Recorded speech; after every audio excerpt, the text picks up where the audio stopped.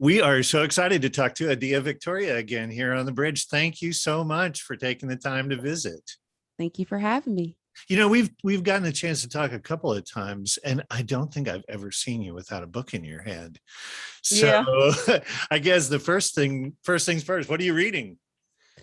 I'm currently reading Eric Fromm's The Sane Society. He was a social psychoanalyst from the Frankfurt School, mid 20th century, just talking about contemporary American society under capitalism and the effects that it has on people. And are we truly a sane society? And the answer probably would be no.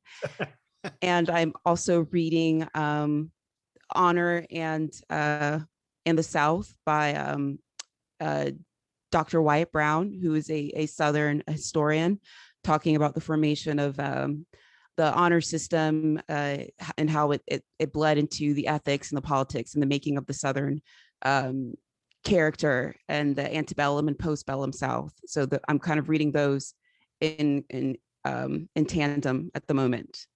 It's the South is never far away, right? No. Yeah. And in fact, the new album is Southern Gothic. Congratulations. It's just amazing. My wife and I were spending time with the record yesterday, and it's absolutely lovely. Really great stuff. Thank you. So you actually started writing a Southern Gothic in Paris a couple of years ago? Yeah. So I began writing Southern Gothic in November of 2019. Mason Hickman, my creative partner and fiance, he and I were in Paris after the final tour that we were on. We were opening for Calexico and Iron and Wine. And we met up with one of our collaborators, Marcello Giuliani, and Stone Jack Jones, who's another brilliant Southern artist. And Jack had this refrain that he was like, I have this one chorus, but I have nothing to go around it. So we went into Marcello's home studio in Paris and just began making sounds. And I had a book of Eudora Welty's short stories, and I was reading her story, Moon Lake, and just going through it while they were making music and highlighting phrases that were speaking to me. And from there, I wrote the song My Oh My, and I knew then that I had the kernel of a record. It's so interesting you bring that up. The My Oh My, you recorded some songs that we're going to work into this interview for us, live versions of songs from Southern Gothic. And on the album My Oh My features Stone Jack Jones. Yeah, and he is actually from Virginia, another Southern, and also somebody who's traveled around a lot, as you have. Mm-hmm. And it seems as though he's been in Paris. You were in Paris. Did you meet there? How did that all happen? Stone Jack and I actually met back in 2013. We had the same manager, and he had a practice space at the Arcade, which is this pedestrian shop that's in the middle of downtown. It's very old, creepy, and I started practicing there in 2013 with my band. He allowed me to, work, and he's just been someone who's just been very helpful and a like-minded, curious Southern eccentric. And he's someone that's like a father figure for me. I call him my ghost dad. And in 2016, he and his wife, Holly, moved to Paris. And whenever I'm in Paris, I always visit them. And, sometimes they'll fly me over to work. And that's what happened in January of last year. I was there for over a month working on music and writing and staying in their apartment. And yeah, he's just someone who's just been very informative and instructive in my personal life and in my creative professional life as well. Well, it's so cool. Not only is he on your album, but you also made some music for him, right? Yeah, he came back to Nashville last year, and he was recording 2 songs with Roger Mutno, who produced my first record, Beyond the Bloodhounds. And he asked me if I would be interested in coming in and singing on some of the songs. I was like, absolutely. I got a little COVID test and threw on my mask, and I lent my vocals to his work. So we are just always popping up on one another's projects. Highly recommend his music to your audience as well. He's brilliant. Our guest today on the bridge is Adia Victoria. The new album is a Southern Gothic. And so you mentioned Mason Hickman and the fact that you got engaged. Congratulations on that. Yeah. Yeah. The benefits of pandemic. I mean, I think a lot of people broke up during the pandemic because they were forced to have too much time together, but it seems to have gone the other way for you. Yeah. Well, he's been the lead guitarist in my band. He joined in 2013. We've been on tour together. We've lived in a van. We've traveled around the Western world together, and we were best friends for years before we started dating. So we are able to lean into different aspects of our relationship as need be. And during the course of quarantine, we were writing this record, and we were able to really engage with one another as artists and collaborators. And but then also we've been dating now for 5-6 years, geez. And so it just kind of we were able to find refuge in one another, and just have each other's back in a way that we hadn't before. And this April we went down to Florida after we got vaccinated, and we went to the beach, and I was putting sunscreen on his face, and he just asked me if I would want to spend the rest of my life with him. And he had the ring, and I was like, yes. And I was wearing a Simpsons t-shirt, and I posted a picture online, and that was our little pandemic engagement. Yeah, that is so lovely. He's a really interesting guy too, because the stuff that he does with you would seem to be enough to fill up a life, but he just got a PhD from Vanderbilt in civil engineering and did a dissertation on guitar strings. Yeah. Yeah, he's got his hand in all kind of pots. Yeah, he's currently right now in the living room at his home station working on launching satellites and working with SpaceX. So I feel like that's the cool part of our relationship too. It's like I'm more of the dreamer, and like I have the big ideas of like I want to do this, and so he's like constantly like writing code to figure out how to like make my vision into a reality, and like working out the nitty gritty to actually realize all of my lofty, desires. So we work really well together. We always joke that I'm the Tom York to his Johnny Greenwood. Yeah.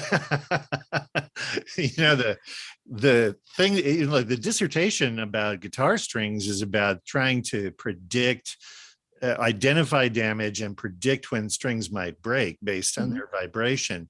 And I wondered if there's been any practical application for this so far. I'm not even qualified to speak on that. He's just, you could do a separate interview with him talking about coding and mathematics. That would be far more interesting to me. I'd be lost. So the two of you came back to Nashville, and I don't know if that was pandemic related or not, but very quickly you found just the two of you working in that studio, and those recordings really built a foundation for the new album, Southern Gothic. Yeah, we didn't have our band all together just because of, quarantine and safety issues. So he and I were kind of left to our own devices on this record. He's playing drums on a lot of the tracks. I learned some drums as well. And, he learned banjo and violin.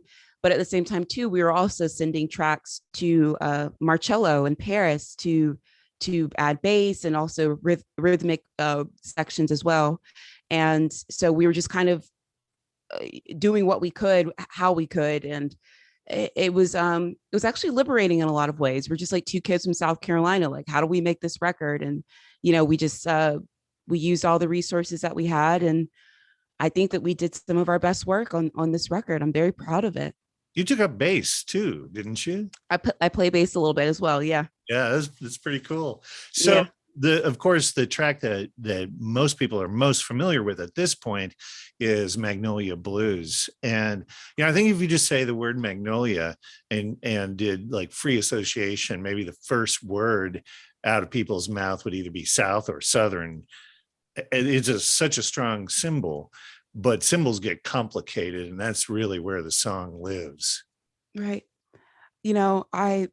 Magnolia for me, growing up in South Carolina, I thought about my childhood, my girlhood, and the ways that Magnolia played into that.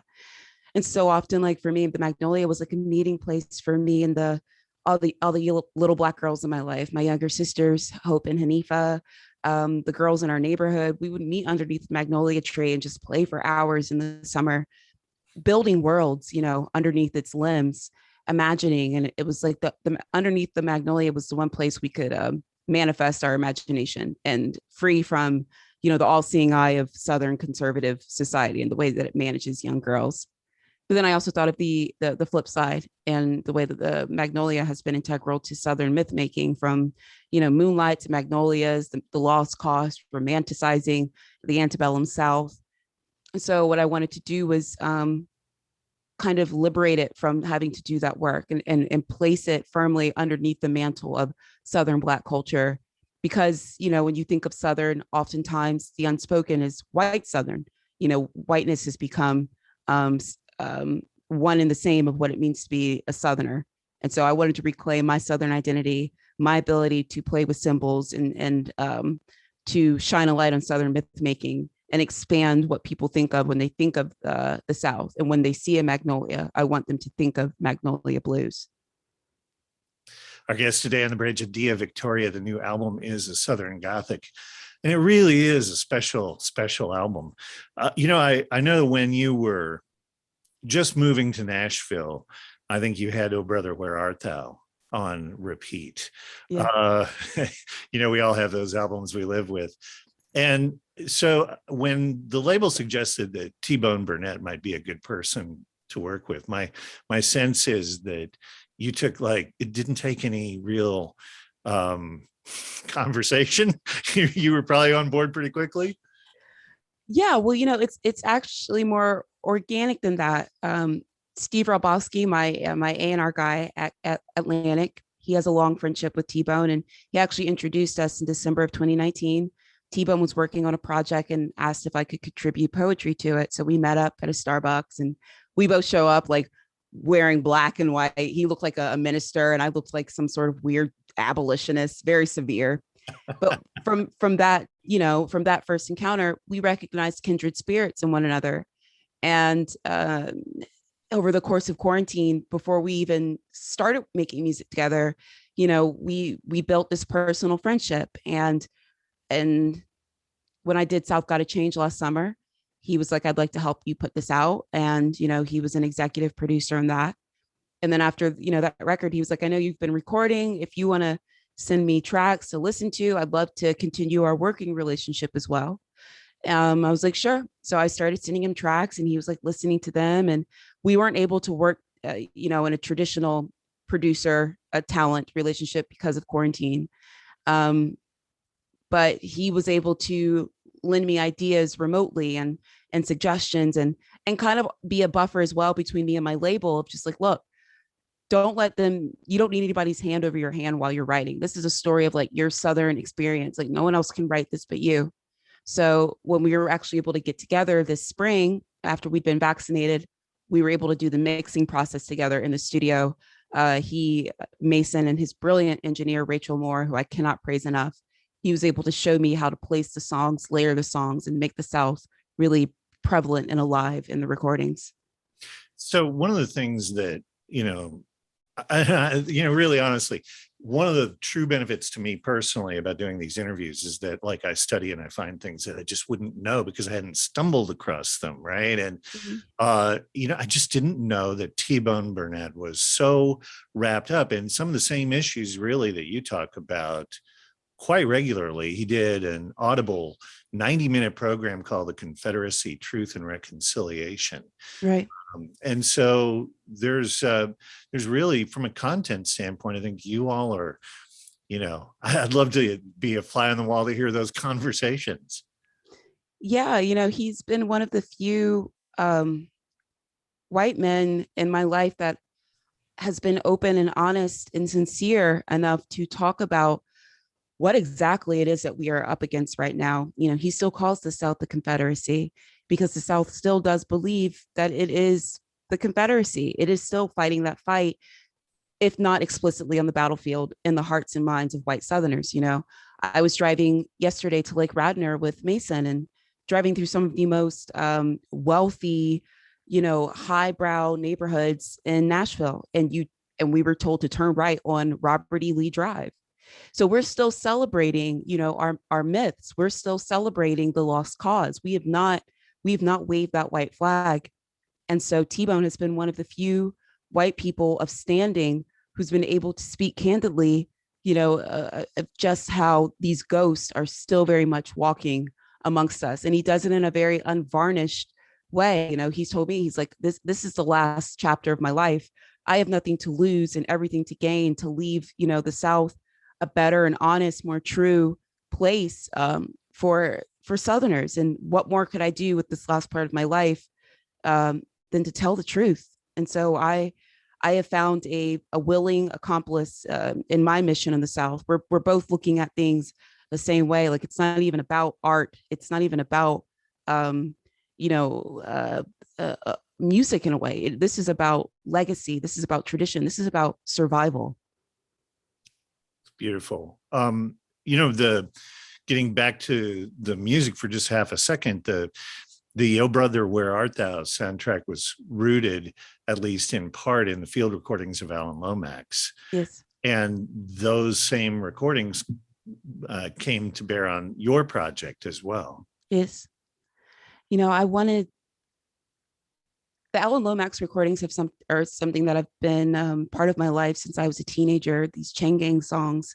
When I studied contemporary dance in high school, my introduction to field recordings was through Donald McHale's piece Rainbow Etude, which is basically a dance that was an homage to these workers. So I learned to engage with Alan Lomax's work, the field recordings, through my body, of learning Rainbow Etude, the choreography, which through my body, I tell the story of these men who are forced into convict labor.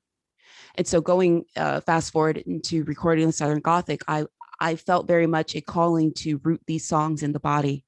I was tapping out rhythms on my hands and on my thighs and thinking of how these men were able to create this art with just their bodies, with their tools, the axe, with the ground, the land, each other. They had to use music to stay in on rhythm, because if you couldn't, you could very easily, swing at the wrong time and brain the person next to you who's chained next to you. So it was a way of tying themselves to each other and becoming one body through song. And the ways that this art form has endured, you look at 100 years later, and here I am listening to them and learning through them. And so I needed these songs to be rooted in that kind of Black Southern legacy. I needed these songs to be rooted in the dirt and the land as a way to locate me, not just artistically, but psychologically, as we're going through quarantine and so much has become abstracted. And, I felt myself dissolving quickly in anxiety over this invisible virus. So I was leaning very heavily into these Alan Lomax recordings to locate myself in the dirt. There'd be several times when I would be working on a song and feel myself anxious, and I would walk outside under my magnolia tree and just put my hands in the dirt. And then that would ground me, and I could go back inside with dirty hands and keep working on these blues.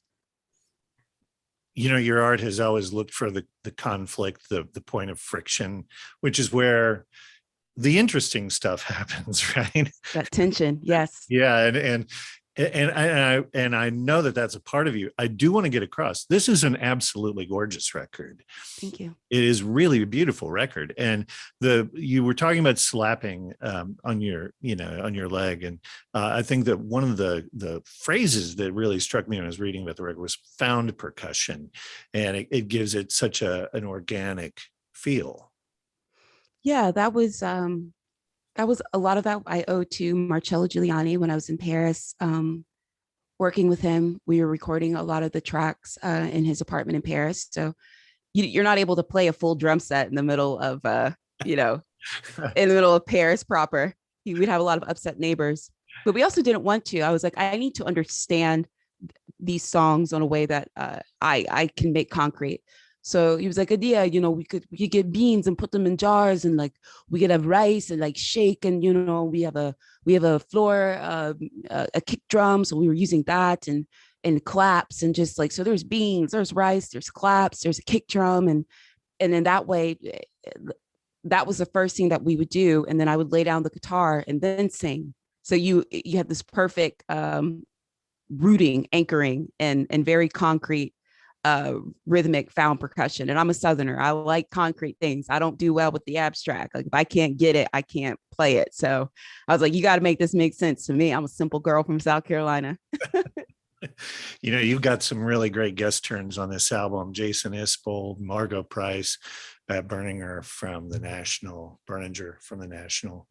Yeah. Also Kishona Armstrong, who's a brilliant roots artist down here in Nashville, also from South Carolina. Highly recommend her work to your audience as well. You know, we've talked about this, and you know, you're so well spoken about your artistic intentions, and the music is so beautiful, and everything just seems to be at this really like high level. And but the reality of your life is that for all of the wonderful things that you've done, you come back from Paris and, you know, pandemic takes away your ability to tour and you had no money. So you took a job. Got a job at Amazon. Yeah. At a warehouse. Yeah. Yeah. Yeah. I actually I had applied for it while I was in Paris. The last week I was there because I was like, I'm not touring. You know, I don't have a lot of money. And touring is, you know, my bread and butter. So I was like, let me just go ahead and apply for a little Amazon job. And while I'm working on writing this record. So I started the week before the pandemic started. And I was just like, my job went from packing orders to you're now a hero and a frontline worker, an essential worker. I was like, what the hell? Like, I didn't sign up for this shit. Like, but, you know, I found a grace in that. I found an escape in a way. I feel like if I had just been sitting in my room thinking about what art am I going to make? How am I going to do this? Like I would have made a very, you know, trite record. And I didn't want this to be a quarantine record. And I've always found that a lot of my best songs came when I was walking, when I wasn't thinking about writing and songwriting. So I would be walking at that warehouse on 10-hour shifts, not talking to anybody, no phone, you know, and so many of my songs came to me from that rhythm of walking, from that ability to let my brain off of its leash and using my hands and being so in my body and concerned with my body. And I would write songs in my head with that rhythm and then go take my break in my van. I kept my guitar with me and then just go write the songs and then go back into work and continue work. So the working for me at Amazon was a blessing. It was a grace that I needed to get outside of my own head, to get outside of the present and get inside my body. It's an amazing story. Yeah. You know, and Carolina Bound was one of the songs that came to you. Oh yeah. Yeah. Oh yeah. It reminds me a lot of John Prine, who used to, you know, like write songs while he was doing his paper or his mail route. Right. Yeah. You know, he said like that was instructive and informative to his songwriting, that ability to just be in one's body. And also you meet different people. You know, I'm not someone that like goes into rooms with other Nashville artists with the express intent of writing a song. It's like I write songs about the world around me. I write songs that are informed by being in my body and being in relation with people. And, you know, I feel like I'm very much a blue collar girl. Like you know, people were surprised to hear like, you're not a full-time musician. Like you work at a warehouse. Like they thought that it was beneath me. And it's like, no, this is who I am. Like my entire identity is not wrapped in being Adia Victoria. Like I have an entire life and I am a working class girl. I'm proud of it. These are my work overalls. It's like, this is part of my art and I'm not trying to leave that part of my life behind. You know, the new album from Adia Victoria is a Southern Gothic. What can you tell us about Whole World Knows? Whole World Knows was the song that I wrote in Paris while I was still very much deeply informed by Eudora Welty's short stories. I'd actually believe I had COVID while I was there. I was bedbound for about 3 weeks out of the month and a half that I was there. And I had a lot of fever, sitting in bed. I couldn't sleep laying down. I was having to sleep sitting up. And one night I was just feverish and I was reading Still Moon Lake. And I started thinking about the ways that we belong in the South and the ways that we treat people that mar the surface of tradition and pretty and smooth. So I started thinking like, who could be the most isolated person in the South? What is the emblem of not belonging?